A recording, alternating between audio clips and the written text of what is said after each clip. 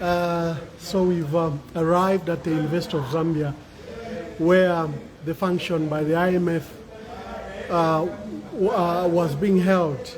It was being held in one of the halls here upstairs. I've been told that the function, I think, ended an hour ago. But what we shall do is that we shall deliver our Memorandum of Demand to the office of the country director, IMF country director. We'll ensure that they receive an official copy from our complaint, and we have emailed a copy of the Memorandum of Demand that I'll make public after this. If the IMF have any other function before the managing director leaves, I would like to find out where that is and deliver my MOU in our hand.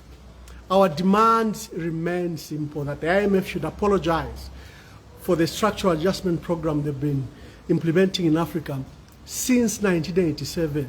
This so-called enhanced structural program facility have harmed Africa's economies.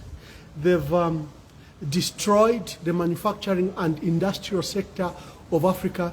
The programs are not pro-poor because they remove all sorts of subsidies. They remove all sorts of support for the poor and vulnerable. It doesn't matter what good-sounding words they use. It remains that these programs have not fundamentally changed from the harmful ones, where they were pushing liberal policies, privatization, and they were ensuring that we open our markets. Even when our economies were nascent, were still growing, were opened to the vagaries of the international competition and industries. What that meant is our industries closed, and the lucrative ones were bought by their companies, like Zambia Sugar, Chilanga Cement and others that are lucrative. There is need for a proper public discussion on these programs. Zambia signed this, the extended credit facility on 3rd December 2021. To date, we don't know the details of that agreement. The agreement was approved in August last year. Again, even Parliament has not seen the details of that agreement. But we are aware from the details that have been released so far that they want Zambian government to remove all subsidies on fuel, on agriculture, and they want government to restrict any of its spending on public investment and public infrastructure, because in their economic theories, they think that Zambia doesn't have enough money to spend on those programs. But what these programs do is they harm the poor, they harm the vulnerable, especially women and children. As we have seen, currently Zambia is facing one of the highest cost of living, I think, since the 90s. And we are back to the same issue as soon as we got married to the IMF. That is why we want these discussions on the issue of the IMF and their programs. We want it opened, transparent, so that our people can participate in the discussions, because these discussions are being held in their name, that government wants to alleviate your poverty, that government wants to create employment, that government wants to ensure that the Zambian economy is doing better. So if it's being done in your name, you need to know what government signed. You need to know what the government committed to. That is the purpose of our demand from the IMF. They should apologize for those programs, for the lives that were destroyed, economies that were destroyed, and they're back in another fashion. They are claiming that these programs are domestic programs. They're being enhanced by and being produced by our own people. That is a lie. There's a framework that is given. You can't maneuver outside that framework. The programs have a name of domestic or local derived programs, but they are not at all. They remain IMF programs. So it is for this purpose that we want government to make these details public.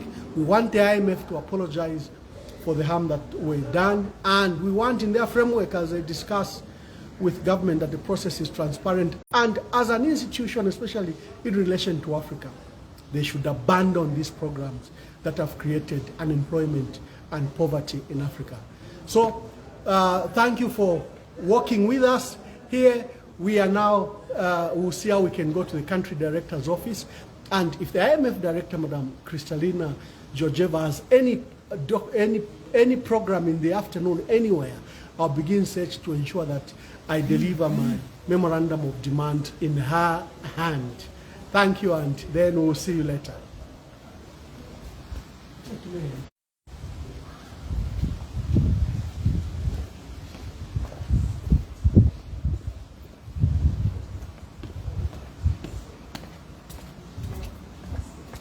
Guys, how are you? Very well, thank you. How's the university?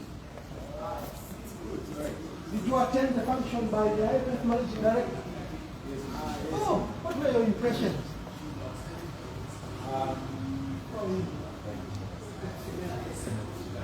Timo.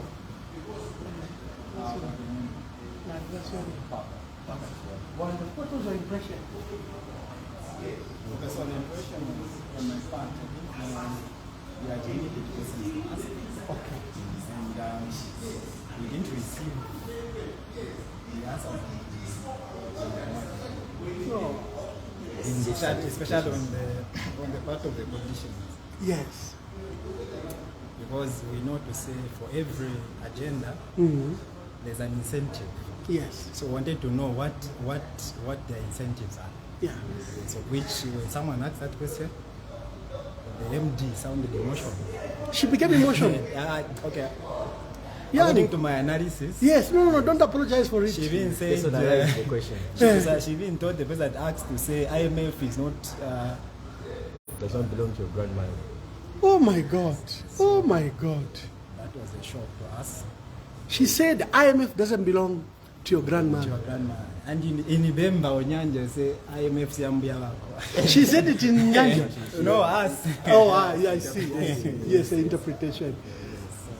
What was your impression? There was really nothing to be impressed about because we didn't get the certification that we needed from the responses that she was giving, from the questions that were asked.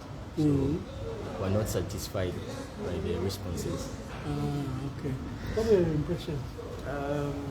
Similar to my colleagues here, she came as a spokesperson, in short, to defend certain individuals because we didn't get what we wanted.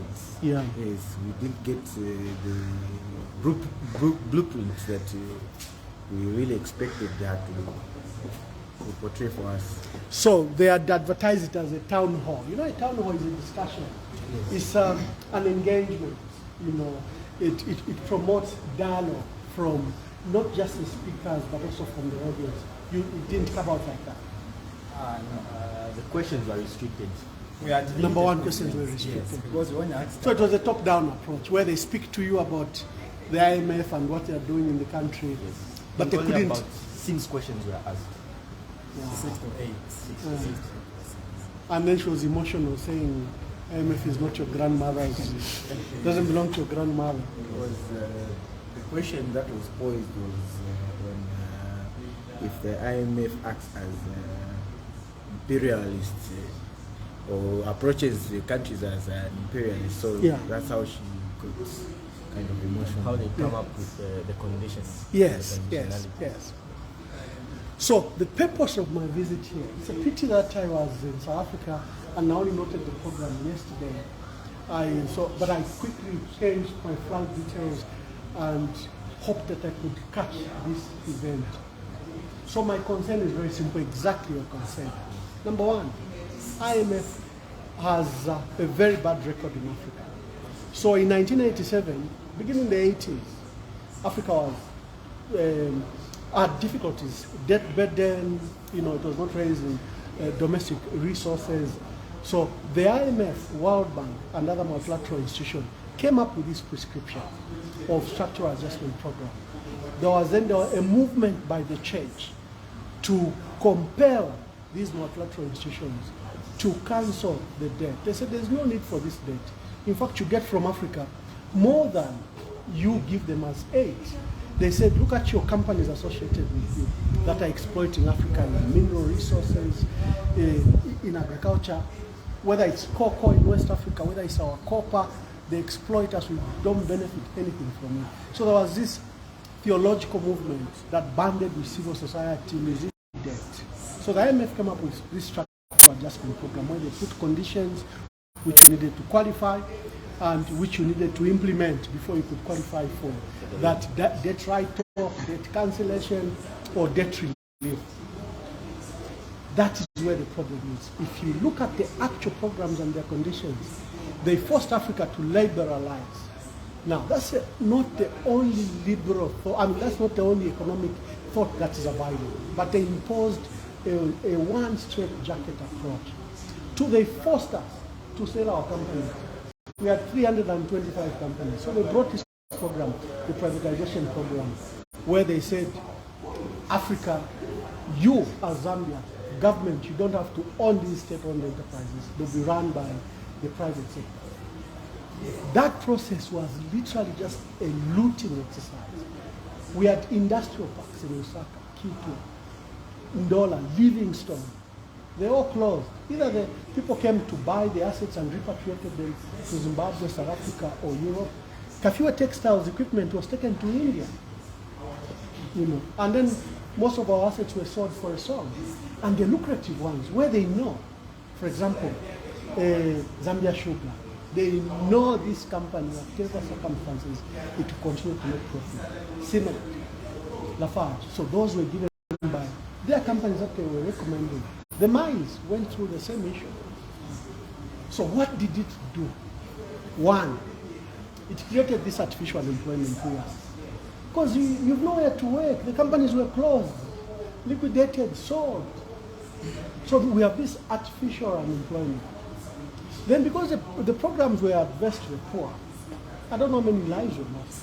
Because if you had 1 million people in formal employment, secure jobs that could take you until you're 55, and all of a sudden you don't have a job, what happens to you, your family, and the people you support?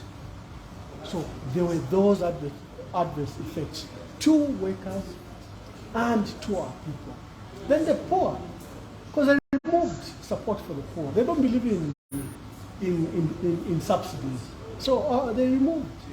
Even this FISIP program, we only brought it back under Monawasa. Even then it was under community development, just as a safety program for the most vulnerable people, not as a productive venture. So they killed our production capacity. We became an import-oriented country. That's why we have to fight with this exchange rate. Exchange rate can only be stabilized if we are an exporting countries. In the absence of that, how will you stabilize it? You don't produce anything. The mines, look at the mines, which is supposed to be the anchor of our economy. They are not in a state where they can support our economy. Even their contribution to our taxes hovers around 13%. The traders who sell are the majority contributor to our tax system and pay as you earn from our workers. So I wanted to face Madam Kristalina Georgieva, because if you read her record, she's from a third world country, from Eastern Europe. So I thought maybe she's someone who can understand where we are coming from as Africa, where our concerns are coming from. You guys, you are at a place of, this high place of institution respected in this country. Go to the books. See, even IMF themselves have regretted the programs, the structural adjustment program. They've done an improvement where they are saying now countries would do domestic programs. But those programs are not even domestic at all. If they are telling you that remove subsidies on fuel, reduce your spending on FISIP program, they are telling you increase price for electricity because it's unaffordable. Their companies can't come and set up here if the rates are at that rate. While we as government and our people of Zambia should regard electricity as a matter of right, an investment by our country to better the lives of our people, they are looking at their businesses that can come, set up, and make huge profits from the energy sector. So this is where I have concerns around the IMF, and that is why I've written this memorandum of demand. I had hoped to meet her here, but I'm looking for her, wherever she is. And so Another apology is to the answer she gave that IMF doesn't belong to your grandmother. She needs to apologize before she leaves Zambia. She cannot speak to our students in that manner. You are leaders. You are at the heart. Our country respects the University of Zambia. So you cannot have a foreigner come to speak to our people in that fashion. So to my demands, I'm adding your list where she said, and I believe you cannot lie. I believe you cannot lie. She said it to an audience. I don't know how many people that were available, maybe 1,000 people. So we have 1,000 witnesses that were there. She cannot use that language. And she can be emotional. Aren't they parroting that the IMF belongs to us as members? So if it belongs to us and we are part of the owners, how could an employee, a civil servant, speak to the owners in that fashion? So we want to apologize. I'm glad that you attended, and I'm glad to sample your views. So God bless you, and God bless our country. Thank you.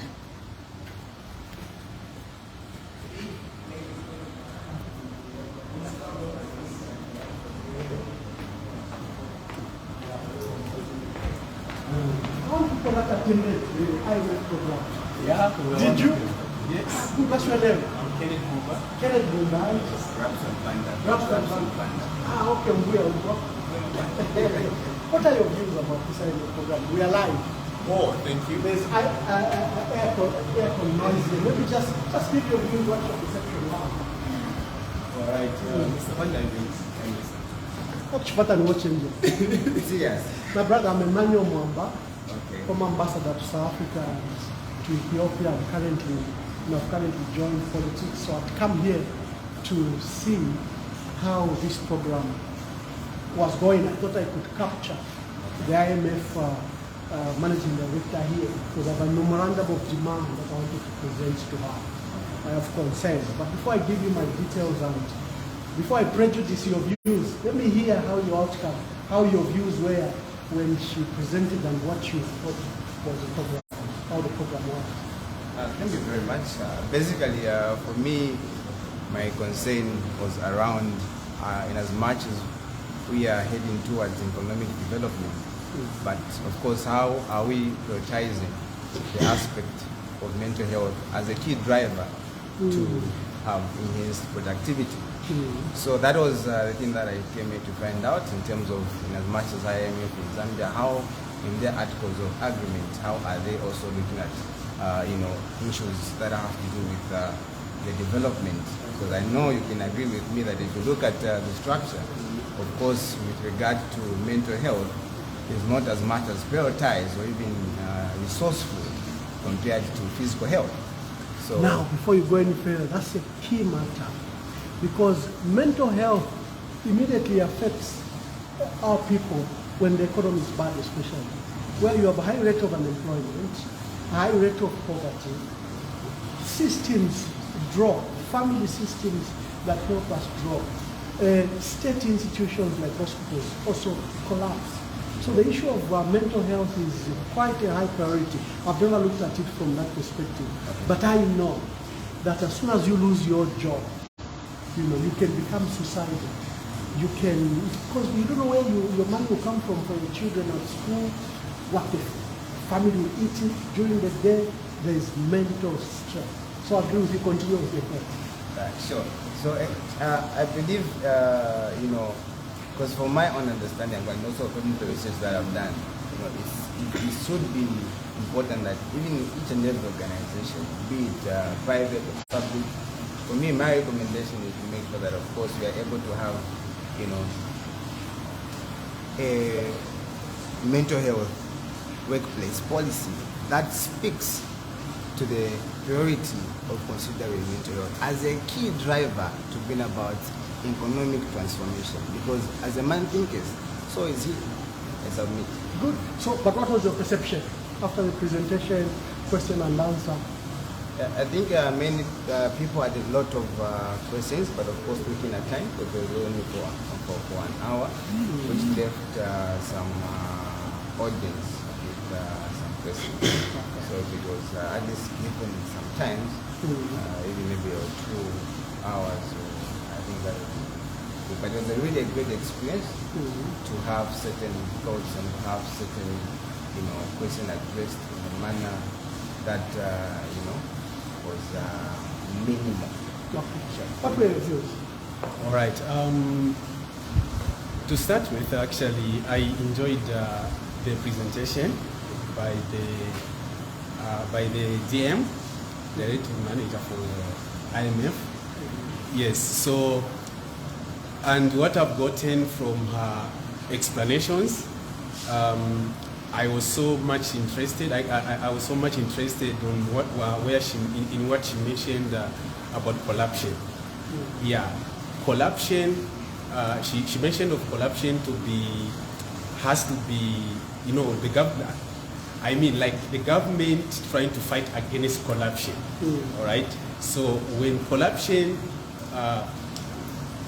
the implementation of the fight against corruption by Zambians, and it will actually bring so much, confidence. It will bring so much students even to participate so much in the government affairs. So on corruption, yes, sir. There's a matter I have raised. Yes. Because corruption, since the implementation of their program, shot up. Multinational companies that they brought refused to pay proper and just taxes. They bribed state officials, and they ensure that there's a hegemony in which they don't pay proper taxes. That form of corruption is in billions of dollars than the corruption you see on the roadside by the policemen, than by the small corruption you see. We don't tolerate corruption, but the IMF are part to the corruption, especially the grand scale corruption. This country loses $3 billion a year by multinational companies that refuse to pay taxes. They sit with your leaders to negotiate all sorts of incentives, so that they just don't pay the tax. They lie to us that to bring investment, you need to give us 5-year tax breaks. They declare losses all the time, yet they are billionaires. So yes, we have a problem of corruption in this country. It's a cancer, but the IMF is part to it. The biggest corruption by the IMF and World Bank, I can give you 2 examples. We had KCM, Kongola Kokomana, valued at $650 million. A small company from India came to buy it at $25 million. The IMF and World Bank even offered $20 million to government for us to allow that transaction to take place.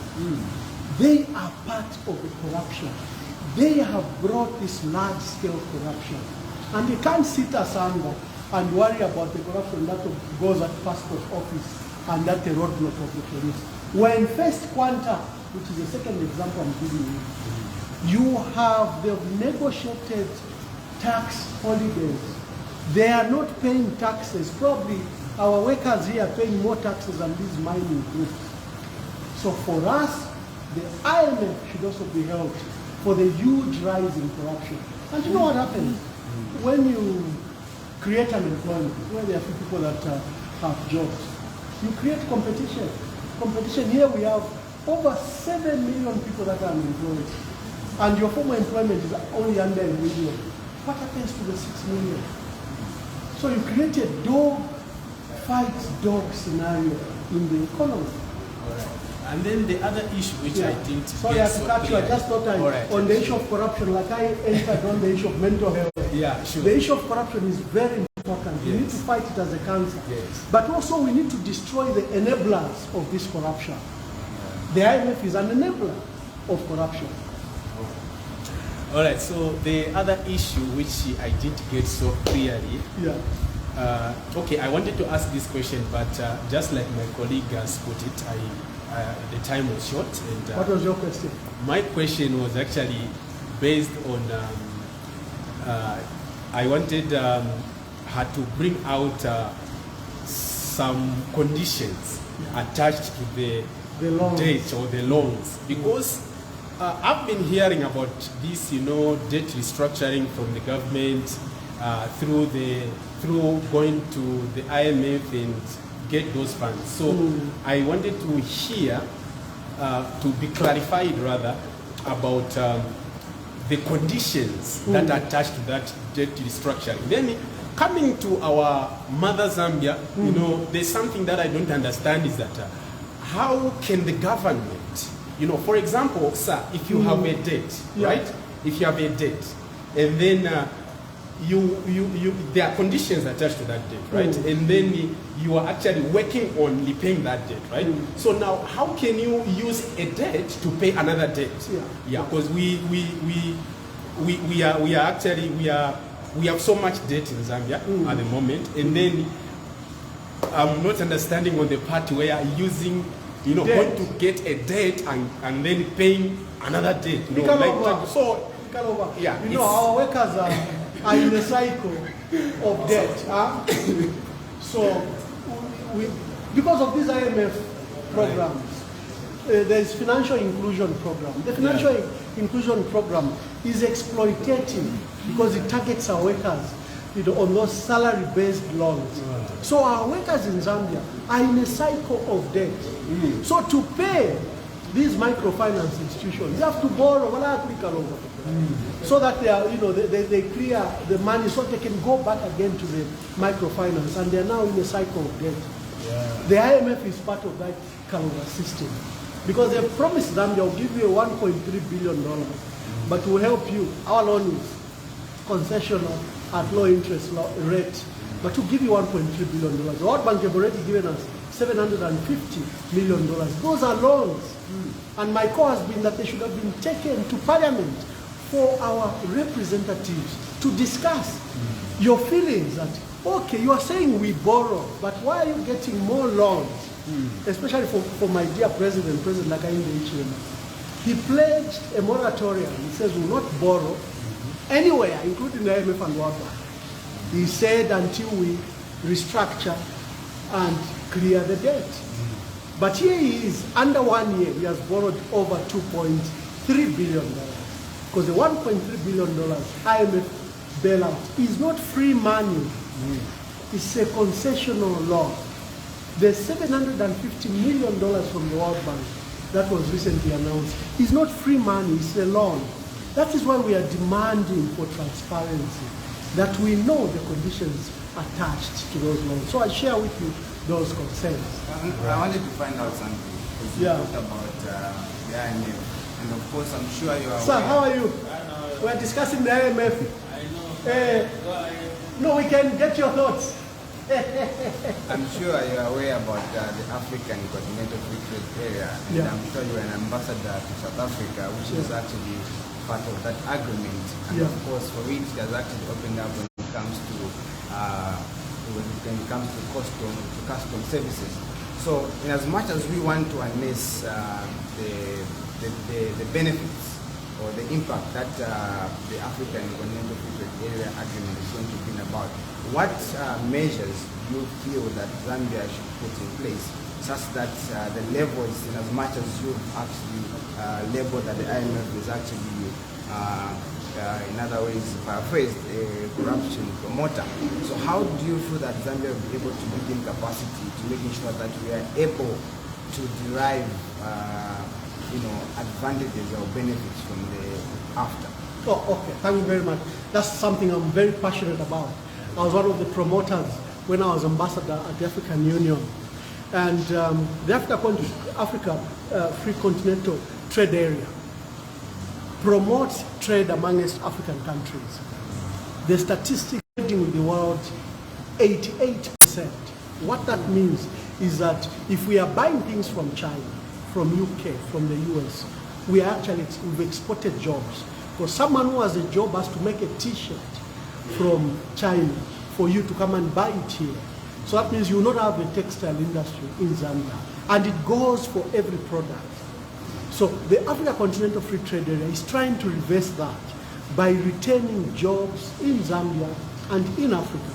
So if our manufacturing sector, the borders are open, I can take anything to Congo without those borders restricting me, without any trade tariffs that should restrict me. I will have an open market of over 100 million people in Congo, whether it's Shembalala or whatever I am doing. So it is a mechanism to retain jobs, to retain wealth in Africa, and it should work. At the moment, whether it's in the air, to go to wherever I want to go, to Botswana, I have to go to South Africa first.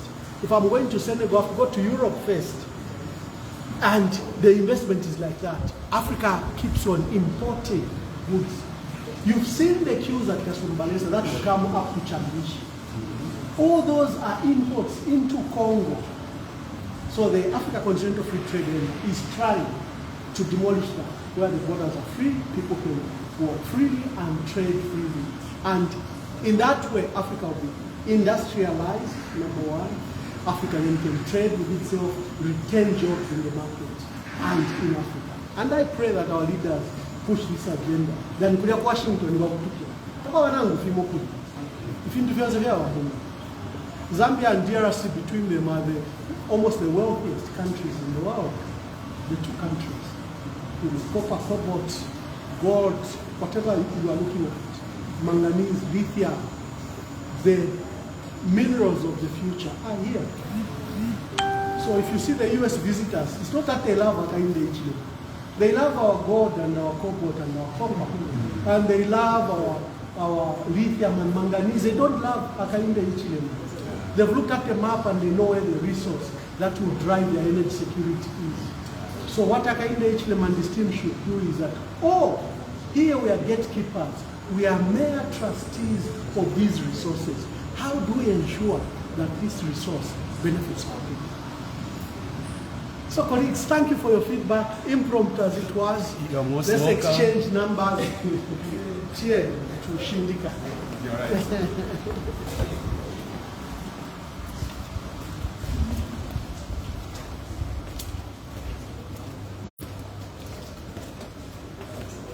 You guys don't have classes this afternoon.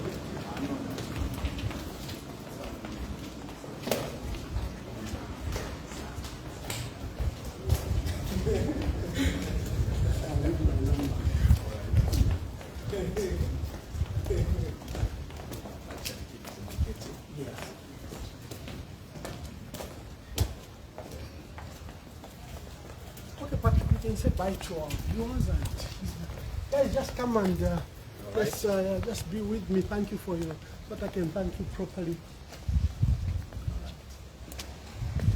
So for our dear listeners, viewers on social media, we are glad that you walked with us to the University of Zambia, that you witnessed at least and sampled some views from the wonderful students, the honored students that attended the discussion, and they gave us views about the IMF address. But the town hall didn't go very well, as you heard from the feedback. Number one, there was no adequate time for question and answer session. The students were burning their good questions. This is an academic, intellectual area. So they wanted to probe the IMF of all their concerns they've had. Only about 6 questions were taken from a large audience of about 1,000 people. Secondly, the IMF managing director was emotional and at one time answered one of the students that IMF yambuya wako, it's not for your grandmother. I think the IMF country office in Zambia must apologize. And if they can make the IMF managing director herself apologize, that would be better. So colleagues, thank you very much and God bless you. We love our country. Let's fight for our country. Yes.